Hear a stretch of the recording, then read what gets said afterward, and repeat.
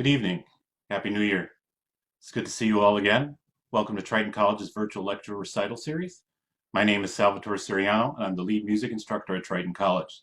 For this evening, we're going to have a lecture with Dr. Yermahoff, a Grammy Award nominee. I'd like to just talk a little bit about Dr. Yermahoff and then introduce him, and then our presentation will be underway. Born in Chicago of Russian immigrant parents, Dr. Peter Yermahoff is an American conductor with Russian roots. A student of legendary master teacher Ilya Musin, he has cultivated a versatile career by combining professional conducting engagements with teaching appointments, choral with orchestral conducting, and music making with research. An internationally recognized specialist in Orthodox liturgical music, Dr. Yermahoff is also a devoted proponent of East-West cultural exchange. Dr. Yermahoff studied conducting at the St. Petersburg Conservatory as a Fulbright Hays Fellow and International Research and Exchanges Scholar. While there, he was invited to guest conduct the country's top ensembles, the Russian State Symphony Orchestra, the Moscow Radio and Television Symphony Orchestra, and the St. Petersburg and Moscow Chamber Choirs, among others. In 1988, he participated in a historic celebration of 1,000 years of Christianity in Russia by conducting the Chicago Symphony Orchestra in a performance of Tchaikovsky's 1812 Overture and his Symphony No. 5. He continues to guest conduct internationally acclaimed choirs and orchestras around the world. As an active conductor and teacher, he has recently conducted the Russian premiere performance of Kurt Sanders' Divine Liturgy of St. John Chrysostom at the Moscow State Conservatory, where he taught masterclasses in conducting for 2 consecutive years. In June of 2019, he organized the Orthodox Music Masterclass for composers and conductors, which was held in Chicago. As artistic director of Patrum Institute Singers, in 2017, he conducted a recording of Sanders' Divine Liturgy with the Singers, which received a 2020 Grammy Award nomination for Best Choral Performance. Their latest release, Blessed Art Thou Among Women, has received international acclaim. Dr. Yermahoff is an instructor here in music at Triton College, where he's taught for 14 years, and in 2015 he received the Best Adjunct Instructor of the Year award for his dedication and love of teaching. He currently teaches applied voice. It is my pleasure to introduce to you Dr. Peter Yermahoff. Welcome, and we're excited you're here to present for us this evening. Thank you for that introduction. Salvatore Siriano is, as he indicated, the lead instructor of our music program at Triton College and has brought innovation and creativity to our program in that, faced with the pandemic and the issues of running a music program during the pandemic, he innovated by installing this virtual lecture series along with concerts. And they've become so successful that we're afraid that when we go back to the normal, our audiences will in fact be smaller than they are now. I'm not exactly sure how many registrants there are for this class, this lecture, but I understand it could be anywhere from 40 to 60 people. I welcome all of you. I wish I could see your faces.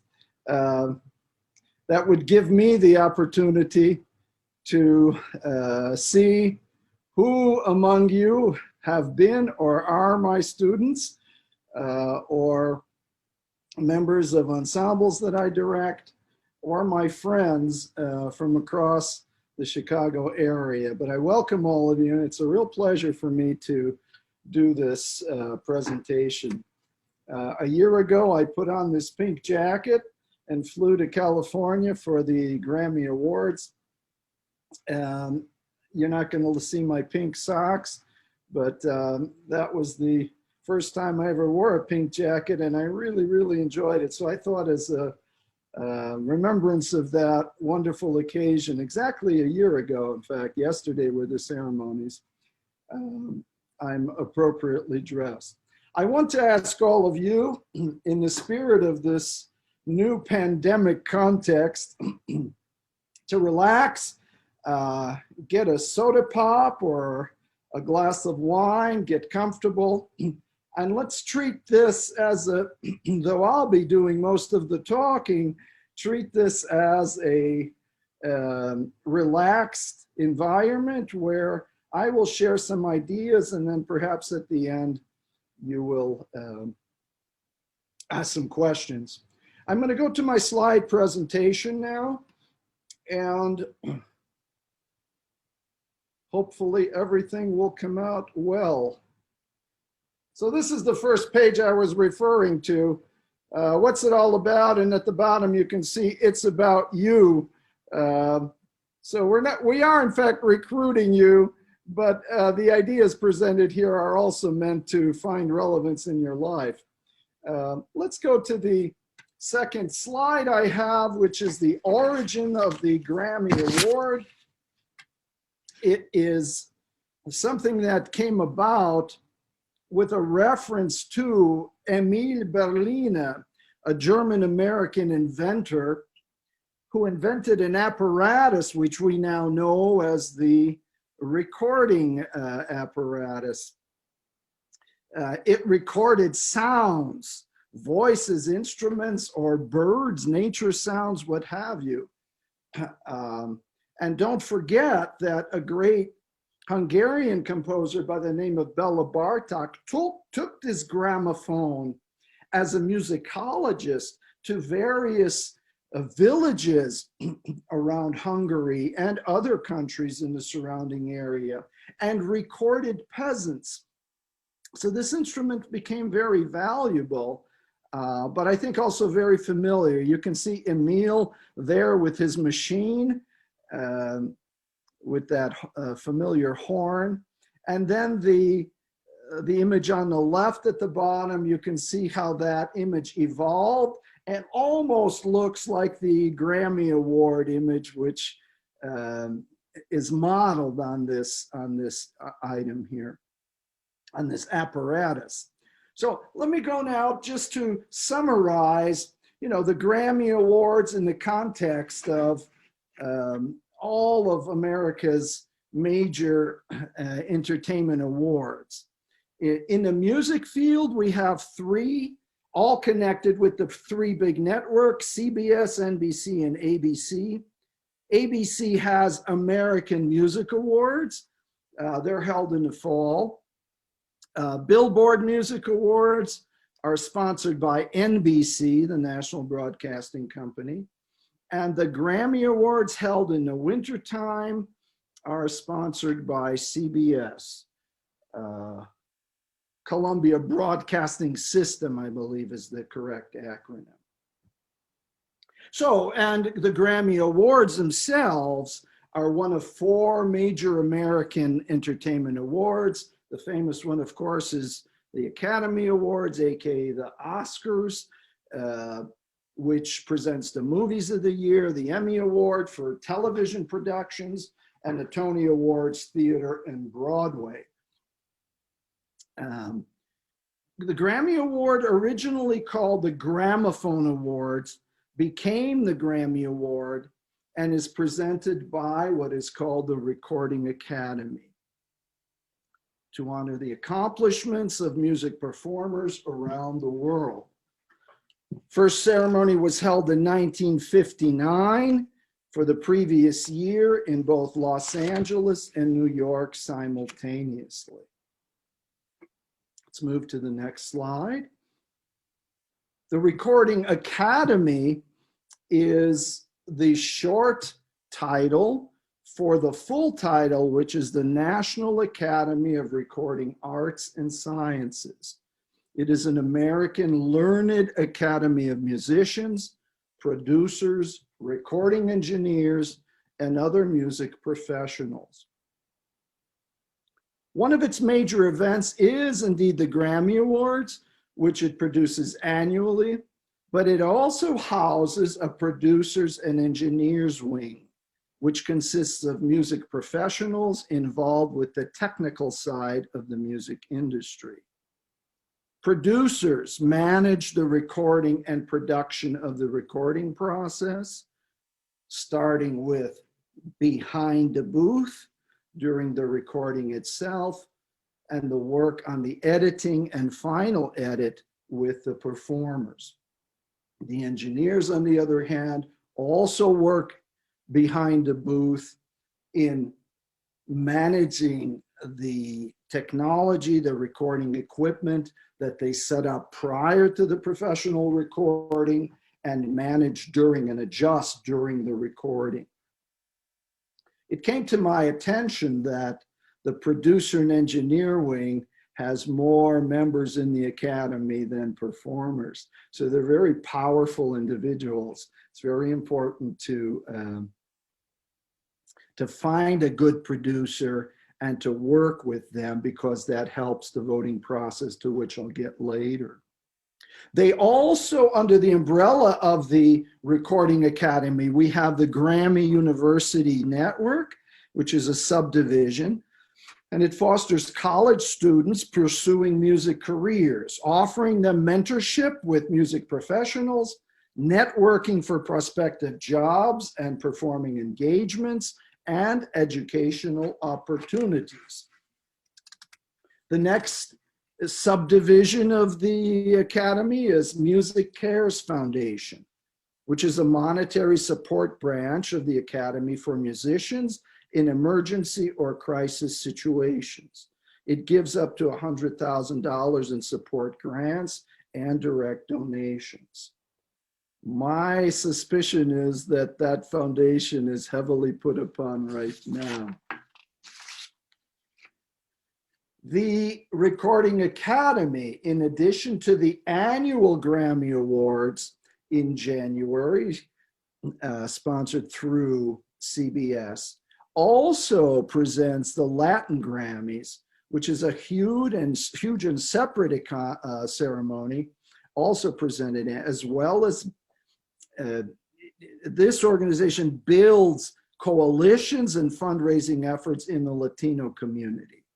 I urge all of you to go to that Grammy website and explore that, all of those categories. Part of the Recording Academy, or part of the structure of organization, are the 12 the chapters, which are essentially the 12 major cities or subdivisions that provide local support and events promoting the music industry, supporting local musicians in given areas, and networking in specific geographical areas of the US. I'd like to turn to membership now and just give you an overview. And I realize that I'm putting a lot of information to you, but just by way of clarification, you know, I had completed many decades of work in the music industry, and it wasn't until the recording I directed was nominated for a Grammy, and I de facto became a Grammy nominated conductor, that I started to inquire about all these things. And I think it's useful for people to understand more about this particular award, and for musicians to understand how that works hierarchically and monetarily. So with regard to membership, the Recording Academy consists of 21 to 22,000 voting and associate members, of whom only 33% are women, and 12 to 13,000 are voting members. So roughly half of all the members of the Recording Academy, voting members, are only about half.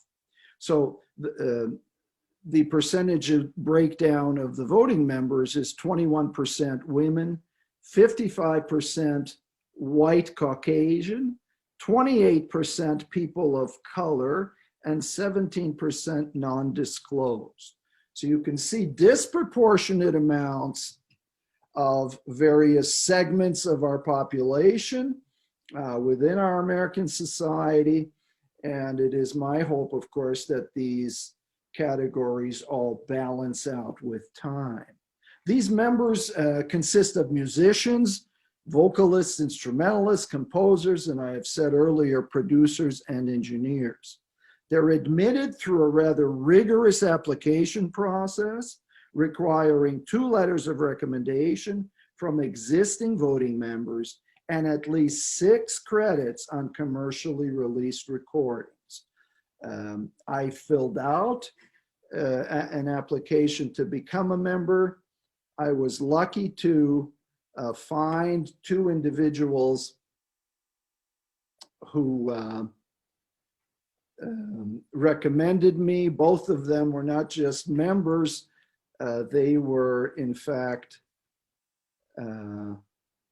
Grammy Award winners. I'm taking you to my page as a voting member just so you see how that works. So member type, the chapter as I described earlier is a Chicago chapter. This number tried to not look at, I didn't scratch it out. And we pay annual dues at the end of this period, July 31st. The due is only $100 and it gives us voting rights. And it gives us the opportunity to recommend 2 new members of the Voting Academy. So in the 2 years, I've already brought in 1 member, new member successfully, and I'm working on the second one right now. So you see, you can see I have 1 recommendation remaining. I need to send an application. So if I would go to my dashboard, to the main menu here, you would see all the different categories that I talked about, you know, the university segment, the Music Cares Foundation, the various chapters. It's all outlined. There's a whole lot of information here. And it's kind of fun to belong to the Academy because you get to keep up on the information flow. So let me go back now to the slide presentation and move on to the next slide. If I could describe the pictures, when we went, when I say we, I say the guests I invited to come with me. I was able to invite 4 members to the Academy Awards. I was given 2 tickets for all of the events. The others, free tickets, the others had to purchase. But this is the bottom left-hand corner. You can see how Los Angeles looked when we arrived. We were on the upper floor of a condominium we rented. In the morning we woke up. This is the view of Los Angeles, a perfectly blue sky. And then throughout the day, we just drove around, went to Hollywood, did various things, and then went to the Los Angeles Convention Center with this stunning kind of futuristic sort of architecture here in the facade. So I wanted to talk a little bit about annual voting process. Every year, over 20,000 submissions of commercially released recordings of music or music videos by a recording label or recognized distributor, and I'll put in parentheses, home or garage recordings are not accepted. So the commercially recorded albums and CDs are distributed in America and then abroad. So what is considered for nomination are those, I would say, professional commercial recordings, and I will add in parentheses, very costly productions. Each CD that you see at that level runs from approximately $75,000 to $125,000 expense for one production of an album CD. So you can imagine the kind of investment that requires. So once these 21,000, what did I say, 21 or 22,000 submissions are made, they're screened by an expert panel and then placed into an appropriate category. The period for which submissions are made begins the previous year, September 1, and goes through August 31st. For instance, the CD I conducted was recorded in the summer of 2018, released and submitted in March 2019, nominated in November 20th, was the release date of the nominations, November 2019, and the ceremony was held in January 2020. There are 84 categories that include all the music genres, of which there are approximately 30. These include such genres as pop, folk, rap, rock, jazz, classical, etc., etc. Plus 4 coveted music awards: the Record of the Year, Album of the Year, Song of the Year, and Best New Artist awards. There are only 2 recording artists who won all 4 categories in one year. That's Christopher Cross in 1981 and Billie Eilish in 2020, which is the year I went. She was all over the place and a very young person. I believe she was only 20 at the time, which is quite fascinating.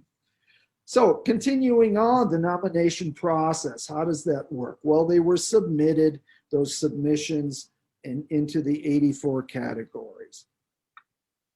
Then those were sent out to the voting members of the Academy. The first process of the nomination process, called the first round of voting. It lasts 2 weeks, opens at the end of September. 5 nominees are picked in each category. There are approximately 420 entries, narrowed down from the 21,000. Nominees are announced the 3rd week of November. Then there's the final voting round. The second round of voting opens in mid-December, lasts approximately 4 weeks. This particular year, the final round closed January 9th. Each voting member of the Academy picks his/her choice from the 5 nominees, but is only allowed to vote in 15 categories. So imagine if you're going to do this superficially, you're just going to glance through 15 categories relevant to your particular genre or to others, in my case, classical, and the ones that I like to listen to. And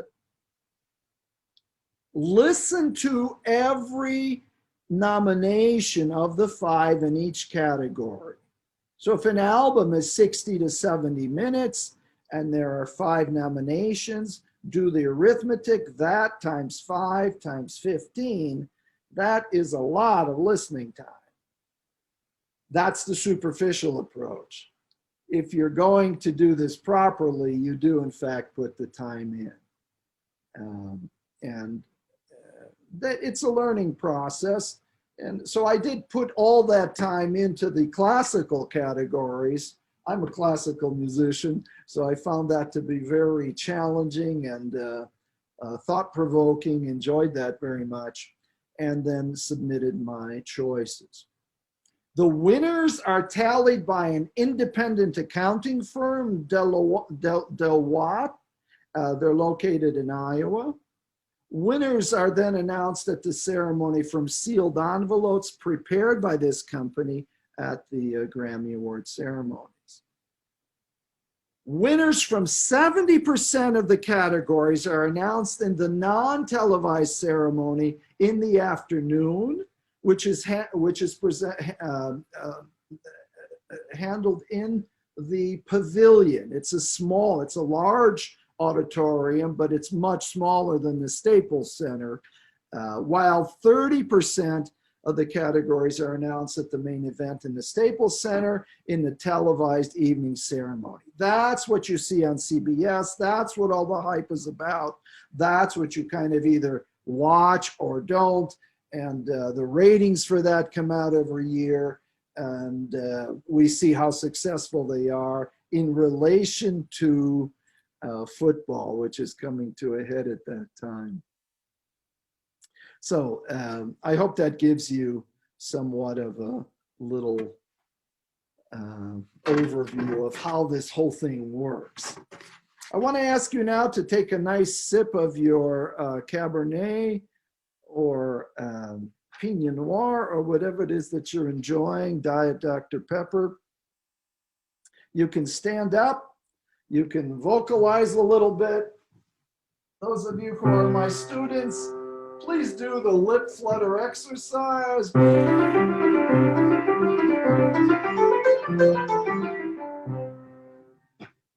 I love that exercise because all of us who do it feel kind of silly, indeed stupid, with little bits of saliva flying out. You have to do this in the privacy of your home now with nobody around, proper social distancing. You don't need a mask if you're alone, but you would not do this exercise around others. Just make a sound.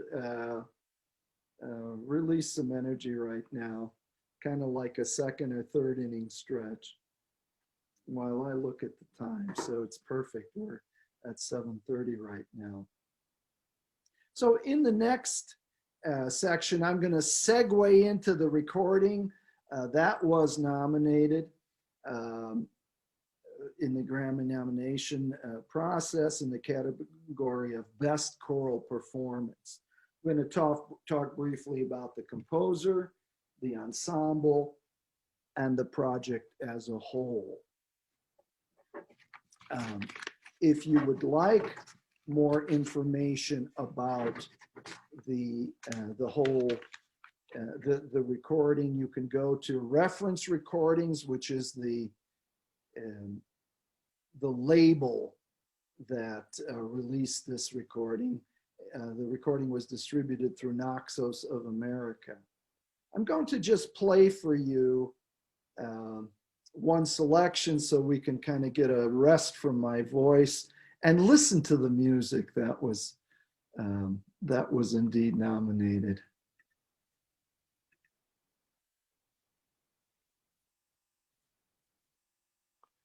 This is the opening litany to the piece, and the soloist is Glenn Miller, without a doubt the best octavist in America. When he was considerably younger, he appeared on the Johnny Carson show as an individual who did amazing things. Blessed is the kingdom of the Father, and of the Son, and of the Holy Spirit, now and ever, and unto the ages of ages.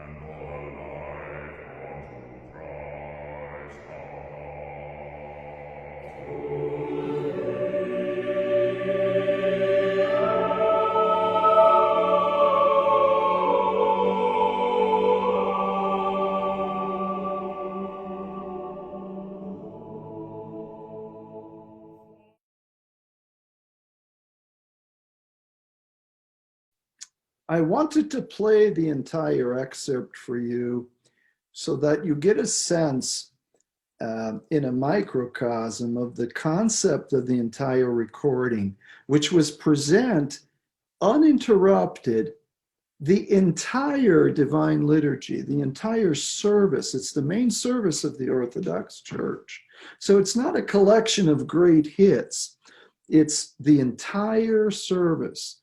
The composer wrote it in such a way that it unfolds in the way the liturgy itself unfolds, that is leading to the Eucharist, which is the high point, the moment of transubstantiations, as it's called, and then the tapering down, sort of that's the cathartic moment, if you will, looking at in terms of classic structures, and it then closing off. So it really is a large ABA form, but with the entire service unfolding like a musical drama, like a musical and spiritual drama, if you will. And I really believe that this kind of an approach was very successful with listeners. It did not shock them in the sense of, oh my God, 70 musics of one uninterrupted piece. It drew them in and it showed them a larger structure. Let's go on to the next slide. I just want to say about Kurt Sander, he's my personal friend, and I've known him as a professional colleague for over 35 years. He teaches at Northern Kentucky University. He's a professor, full professor of theory and composition, and he writes principally sacred music and sacred Orthodox music. Some of it liturgical, some of it what I would call paraliturgical, that is with the inspiration coming from a liturgical source, but the composition itself acquiring a kind of artistic vision of that spiritual source. He was born in 1969, so he's in his early 50s. He's has you can read about him, just type in Kurt Sander, go to Wikipedia, or Kurt Sander to a Google search machine, and you will see this Orthodox choral music is what his site is, and all the information is there. Quite a substantive website, I would say. Let's go on to the next slide. Who sang this composition? The Patram Institute Singers. It's a professional choir, really the most outstanding singers I could find from all around the country. We brought them together. The soloists were truly outstanding. One of them was at the time a deacon. The voices themselves are just exceptional. There are only 26 of us, if you can imagine, with a chamber choir of 26 producing a rather substantive sound that nevertheless didn't present soloistic timbres and voices, but a really nice choral blend. Again, if you go to the Patram Institute website, you can read about this recording. You could read about the organization. There are some marvelous reviews listed here from Music Web International, American Record Guide, Fanfare. There must have been around 20 reviews that were all quite exceptional, and I think propelled the recording to the nomination. Just a bit about the project itself. On the right-hand side, you see an image of the inside of the venue where we recorded. It's called New Grachanitsa. It's really kind of a fascinating venue in that it is it's a smaller version of the Grachanitsa Monastery Church in Kosovo. Serbia, which was built in 1321. If you can imagine how old this church is. So it's a smaller model. It's about 2/3 the size of the original. So the venue is just spectacular. You walk in and you're so inspired, and if you're a religious person, you feel closer to God just by being in the space. And that's part of the overall concept, that these recordings are made in these spectacular venues with phenomenal acoustics, and therefore putting the listener, the prospective listener, into a listening environment. The music, of course, we seek for it to be cathartic, that is moving. It's not music that is pedantic in any way or has kind of purely historical inspiration. It's music that moves, and I think this piece does that, and which is another reason I think it was very successful. Professional performance, again, reiterating the standard of singers, those involved. We came together for 6 days. We rehearsed for 3 and recorded for 3 for 6 hours a day. So in essence, it's an ad hoc group, but that bonded very quickly and produced this product. I want to play you one more piece just so you get to kind of enjoy that, the music itself.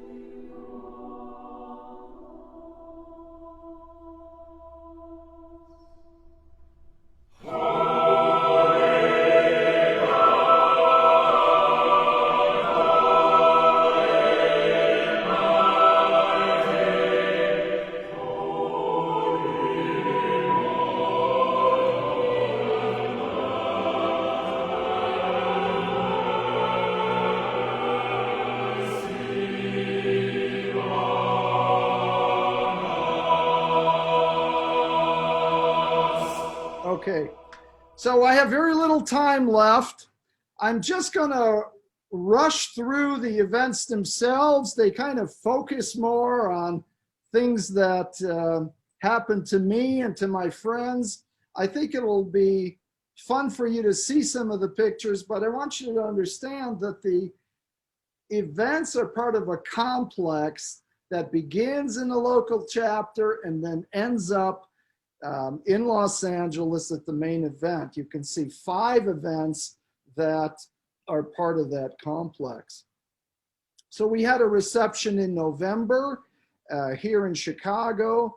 It was at the Six Corners of Milwaukee, Damon, and North Avenue. If you remember that really tall building that's kind of in the triangle. And so you can see that view of the city.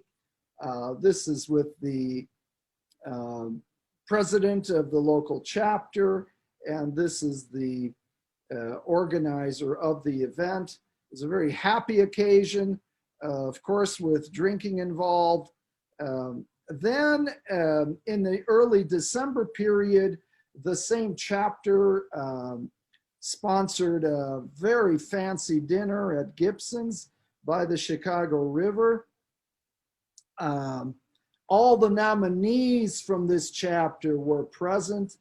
We had a marvelous time in a very classy environment, and then listened to an exceptional concert that was actually quite moving. So I wanted to give you a sense of that. Then, you know, we left for Los Angeles 3 days before the main event. There's a special nominees reception with, I would say, about 500-600 people. It's held, this is Kurt Sander by the nominees board. There's me having a drink, and this is where the reception took place. And I will only say that it's kind of spooky in the sense that this is the facility where the movie with Jack Nicholson was filmed called One Flew Over the Cuckoo's Nest. This is where Nurse Hatchet ran around, and this is where it all took place. So that was always in the back of the mind. But you can see that at that particular event, the gold medallions were awarded to every nominee. And there was just a lot of fun. This photograph is the composer and the recording label team with Keith Johnson here, who is a recording engineer legend. They run Reference Recordings, and he's just, you know, he's a physics scientist who became an engineer and developed some extraordinary innovative technology. Later, of course, we went out to a restaurant, and every one of my good friends, here's one of the soloists, here's the associate producer who helped me with so many edits, the composer. We had a good time, and they all wore the medallion for a little bit and kind of relaxed with that. Then comes the first event in the pavilion, where 70% of all the categories go through the award process. This is the red carpet. Before you hit the red carpet, here is that special circle where you're interviewed. As you walk down the red carpet, along the side, you can see little press booths for quite famous musicians. On the left-hand side, you see a series of Grammy backgrounds against which you can do photographs. Trevor Noah was there. We didn't socialize, but you can see in the background, I'm with one eye looking forward with another. God, that's Trevor Noah.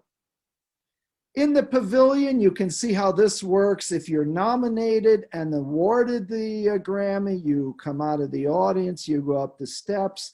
The screen lists all the nominees first, and then the winner. And then you come up here and you have literally 3 minutes for the acceptance speech. This is when our category came up for Best Choral Performance. It was a really proud moment for us. We all held hands, and man, we were so close. And then we didn't win, but all of us thought, yeah, we want this, so we're coming back. It's not over. That was unfortunately also the day before Kobe Bryant died in that tragic helicopter accident. So the entire convention center was filled with all these huge screens and posters of Kobe Bryant. And that was quite moving. brought a little bit of depth to the whole thing, brought it out of the entertainment realm and into the realm of remembering a man who, you know, brought so many good times. Those of you who watch basketball as much as I do, that was quite moving. Moving on to the next slide, we then went to the Staples Center where the televised portion occurred. Again, they did a little blurb on Kobe Bryant, and then all the performances took place. A reception afterwards that lasted 2-3 hours. I'm standing here next to the man who won. I'm trying to look as tall as he is, and I wish he would have devoted his life and career to basketball, but indeed he did not. He became an exceptional musician, and it's Robert Simpson with the Houston Chorale, and they indeed won the Grammy. This is Craig Hella Johnson, one of America's leading choral conductors. I'm going to quickly go to the closing thoughts. Game changer, hard to tell, as after the nomination, I received a number of engagements, and afterwards, conversations for potential, and of course the pandemic hit and everything kind of stopped. I wanted to address, but I don't have time, general questions in the music industry. If Salvatore can send this, this video presentation to you, you will have the links. This is a marvelous article in Rolling Stone, also about classical music, and then my own interview on the pandemic and its effect on musicians. So this, in fact, concludes my presentation. We have very little time for question and answer. Salvatore, I'm going to ask you to take it back again. And I want to thank everyone for indulging so far. Thank you for your attention. I wish I could see your faces so I can show you some love and give you my blessings, but I'll do that without seeing your faces. Okay, thank you very much. If anyone has any questions they would like to ask Dr. Yermahov, feel free to type them in the Q&A. He'd be happy to respond. We do have a couple minutes left for that, so by all means, ask away. It's right on the bottom of your screen. There's a little Q&A button. Feel free to type something in, and we can certainly address any questions you may have.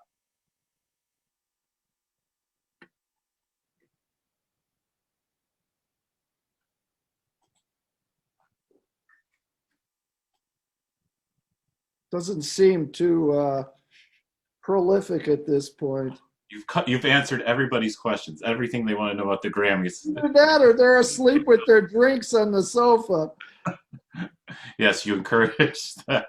I do have one question, and then we'll let you go.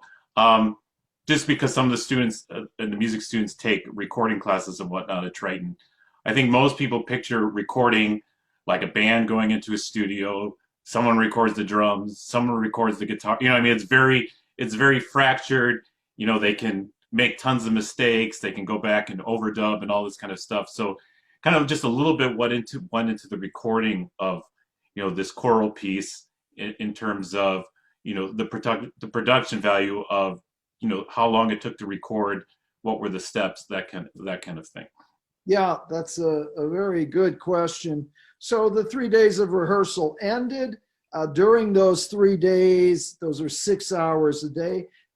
During those sessions, the recording engineers and the producers sat in the booth and already took levels, kind of identified potential problems, whatnot.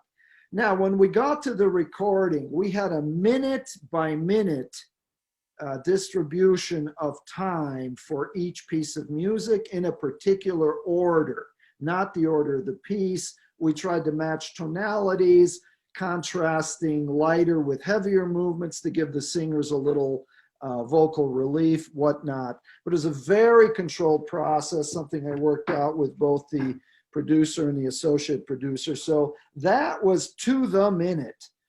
If we devoted 40 minutes to a given piece, It was roughly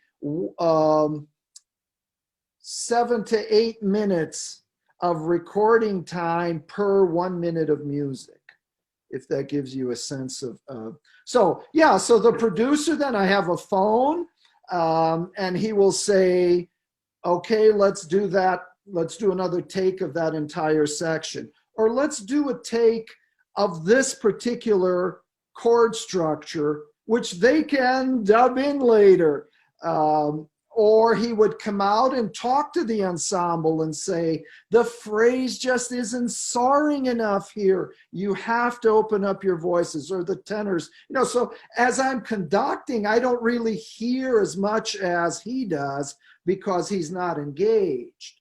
So he was contributing. He's a marvelous conductor himself, Alton Blanton Allspa. He won the producer award, best producer of the year, I think 7 or 8 times and he's up for more now. So the guy knew what he was doing, but that's the process. Yeah, there's not much of like, hey man, let's try this again. It was very disciplined and a very rigid time schedule. Well, thank you. Because I mean, as with anything, budgets are always concerned, and I'm sure it's as you mentioned, to let everyone know.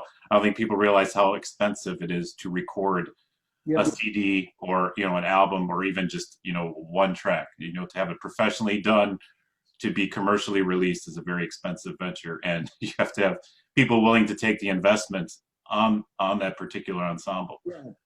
Yeah, I mean, it doesn't mean you can't do a highly professional recording with a smaller budget and in a less kind of regimented recording session, and less chances of it being accepted by a distributor. That's the thing. Once you reach a certain benchmark, then you can get a Sony distribution or a Naxos of America, et cetera, or EMI or Deutsche Grammophon or something of that name. Then you get global distribution. But if you don't quite get there, it's very difficult to sell the thing, which is a problem. But yeah, just to reiterate, so a CD production in the commercial area is 80 to 120 grand. Singers in this ensemble received anywhere from $1,200 to $1,500 per the engagement. So it was a very high level production. Well, thank you. Thank you again. Well, this concludes our evening, unless we have any questions. A lot of chats just thanking you for presenting. They learned a lot. They thought it was very interesting. We see these awards on TV, but, and just kind of think of it all, a couple performers and, those main categories. And I don't think many people realize how extensive the awards, span out. It's not just about rock pop, but it's really encompasses the entire, music recording industry. So thank you again. Yeah. Let me just say one more thing. Sure. Consider the amount of money that goes through music trading. The music industry, through these types of events, goes through anywhere from 20 to 25 billion dollars. We're talking about relief packages during the pandemic and whatnot. Here we're looking at just the music industry as part of the larger entertainment industry going through that kind of money. So it's no small thing. Well, thank you very much. This concludes our presentation here at Triton College. I want to thank Dr. Yermahoff for a wonderful evening. I would also like to thank President Mary Rita Moore, Vice President Dr. Susan Campos, Dean of Arts and Sciences Kevin Lee, Associate Dean Rick Segovia, and VPC Department Chairperson Dennis McNamara for their continued support in implementing this virtual series. Thank you all for attending. Please check Triton Music's social media pages for our schedule. Our next event is February 17th and will be a performance and talk by sound and installation artist Crystal Cortez, who is also a professor of sonic arts at Portland Community College. She will discuss her recent project creating instruments for students with exceptionalities using technology. Spring registration is still open at Triton. Dr. Yermahoff and our other wonderful faculty will continue to offer virtual lessons this spring, so be sure to register if interested. Take care, everyone. Have a great evening. Bye-bye. Thank you.